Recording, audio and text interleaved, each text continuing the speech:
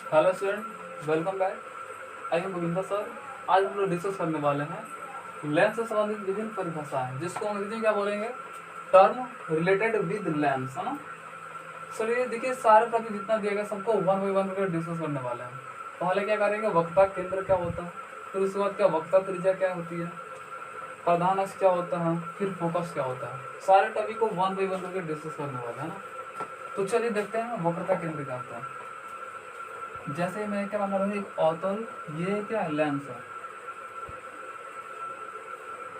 देखिए आपसे कोई पूछा कि वक्रता केंद्र क्या है, तो देखिए आप इसका आंसर कैसे देंगे, इसका डेफिनेशन कैसे बोलेंगे। बोलेंगे लेंस, लेंस जो होता है ना, ये लेंस है ना, ये किसी ना किसी गोले का भाग होता है। जो ये लेंस होता है, ये किसी ना किसी गोले का क्या होता है, ये भाग होता है।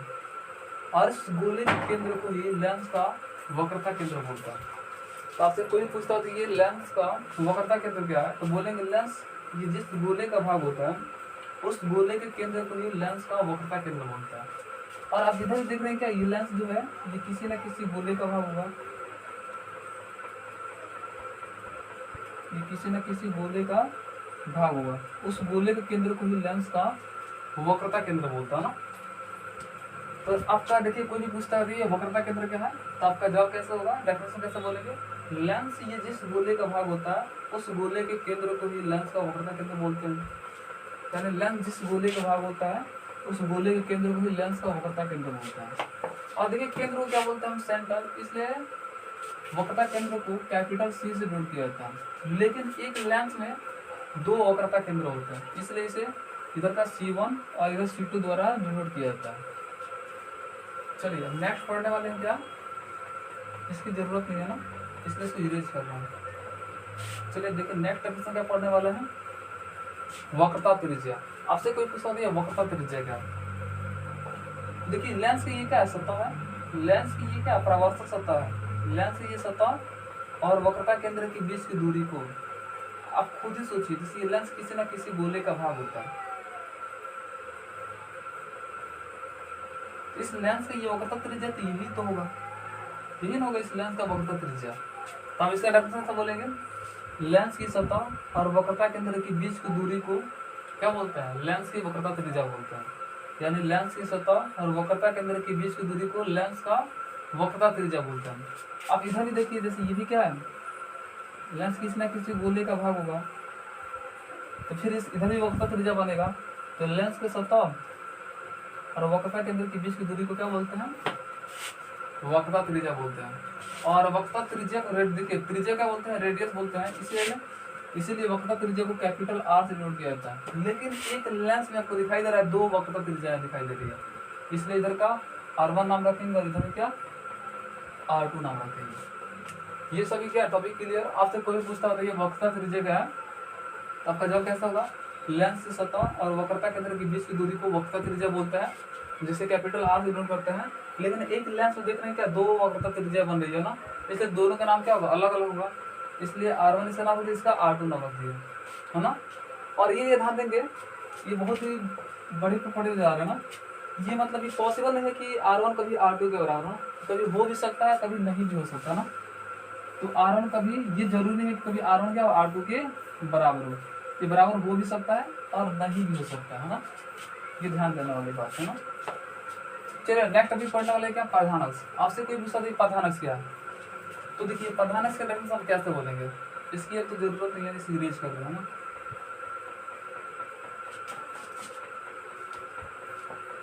आपसे कोई भी पूछता था ये प्रधानक्ष क्या है, तो देखिए क्या बोलेंगे, इसका नाम है वक्रता केंद्र क्या है, C1, ये क्या C2। यानी वक्रता केंद्र, दोनों वक्रता केंद्र से होकर जाने वाली जो भी रेखा होती है, उस जिस दोनों वक्रता केंद्र से होकर जाने वाली जो भी रेखाएं होती है, इसी का नाम क्या है, प्रधानक्ष नाम है। यानी वक्रता, जैसे इसका डेफिनेशन बोलेंगे, वक्रता केंद्र से होकर जाने वाली रेखा को प्रधानक्ष बोलते हैं।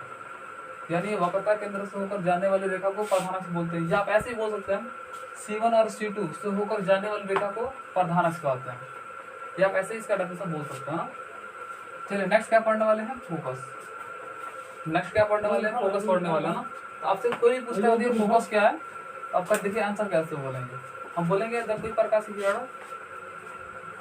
प्रधानक समांतर किसी, ये इसका नाम क्या, प्रकाशीय केंद्र ओ नाम रखना ना।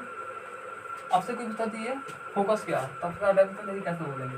जब कोई प्रकाशीय प्रधानक समांतर किसी अवतल लेंस पर क्या होती है, आपतित होती है, तो अपवर्तन के बाद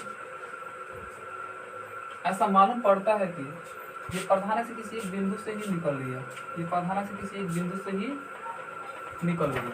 यानी जब भी प्रकाश किरण प्रधानक समांतर किसी अवतल लेंस पर क्या होती है, आपतित होती है, तो अपवर्तन के बाद ऐसा मालूम पड़ता है कि ये प्रधानक से किसी एक बिंदु से निकल रही है, और इस बिंदु को क्या बोलते हैं हम लोग, मुख्य फोकस बोलते हैं, और इसे कैपिटल एफ से सूचित किया जाता है ना।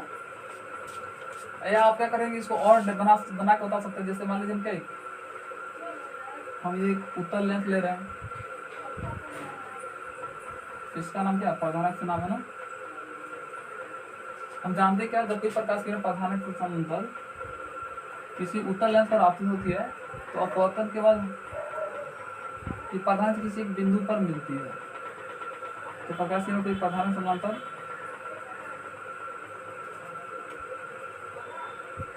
ये कैसे बोलेंगे।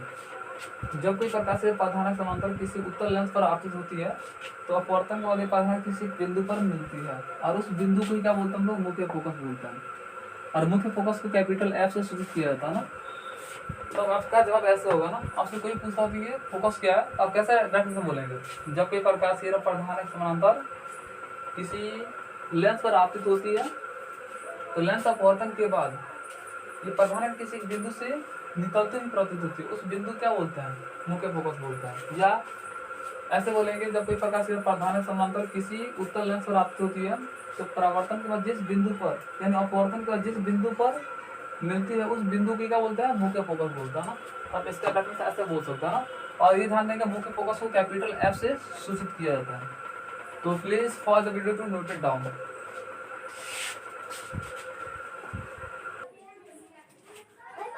चलिए नेक्स्ट पॉइंट वाले क्या, प्रकाशीय केंद्र। प्रकाशीय केंद्र क्या होता है ना, देखिए प्रकाशीय केंद्र क्या होता है। जैसे हम क्या करें, अवतल लेंस बना रहे हैं, इसका नाम क्या है, प्रधानक।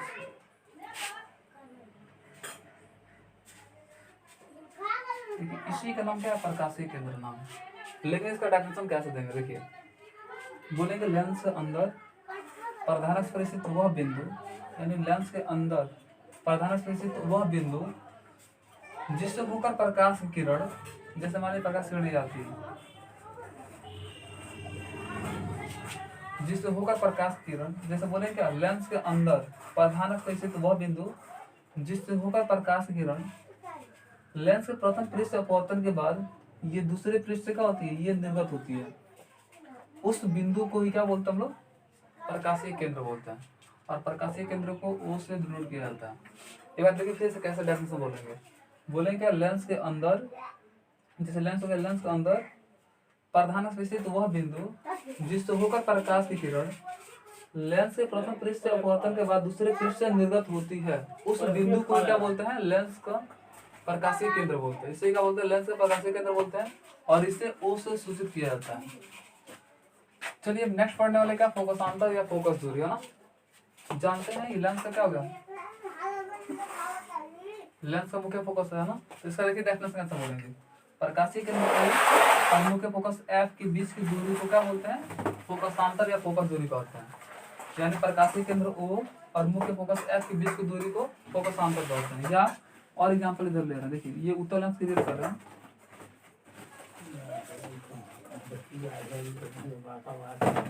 ये जैसे प्रकाश की किरण आ रही है ना, तो ये अपवर्तन के बाद क्या होगी, इस बिंदु पर मिलेगा, फिर ये प्रकाश की किरण आएगी, फिर ये अपवर्तन के बाद क्या होगी, मुख्य फोकस एफ पर ये मिलेगी। तो देखिए, और जानते हैं इसका नाम क्या है, प्रकाशीय केंद्र ओ इसका नाम है। तो आपसे कोई पूछता है फोकसांतर या फोकस दूरी क्या है, तो क्या बोलेंगे, प्रकाशीय केंद्र ओ और मुख्य फोकस एफ के बीच की दूरी को फोकसांतर या फोकस दूरी कहते हैं। इसे स्मॉल एफ से सूचित किया जाता है। और ये ध्यान देंगे नोट में, लेंस में कोई भी दूरियां मापी जाती है ना, तो लेंस में कोई भी दूरियां प्रकाशीय केंद्र ओ से मापी जाती है। ये नोट में ये रहेगा, बहुत ही क्लियर नोट है ना। लेंस में कोई भी दूरियां मापेंगे तो प्रकाशीय केंद्र ओ से ही मापेंगे। तो लेंस में सभी दूरियां प्रकाशीय केंद्र O से मापी जाती है, ये ध्यान देने वाली बात है। और फोकस दूरी को स्मॉल एस से सूचित किया जाता है।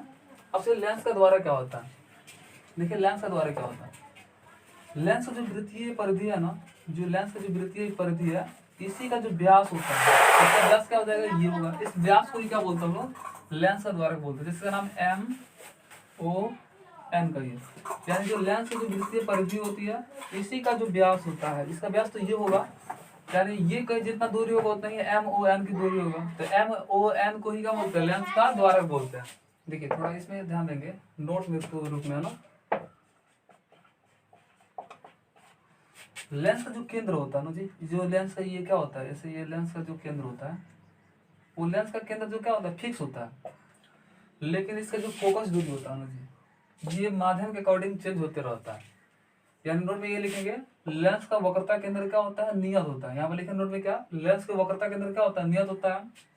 और इसका जो फोकस दूरी होता है, ये माध्यम के अकॉर्डिंग बदलते रहता है। आप खुद सोचिए, फोकस दूरी इसका इतना, अगर इस लेंस को थोड़ा और चौड़ा किया जाए तो फोकस दूरी क्या हो जाएगा, बढ़ जाएगा। लेकिन इसमें तो कोई इफेक्ट पड़ने वाला नहीं है, इसलिए हम लिखेंगे नोट में क्या, लेंस का केंद्र क्या होता है, नियत होता है।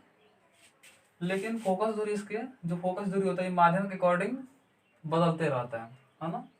तो please pause the video to note it down.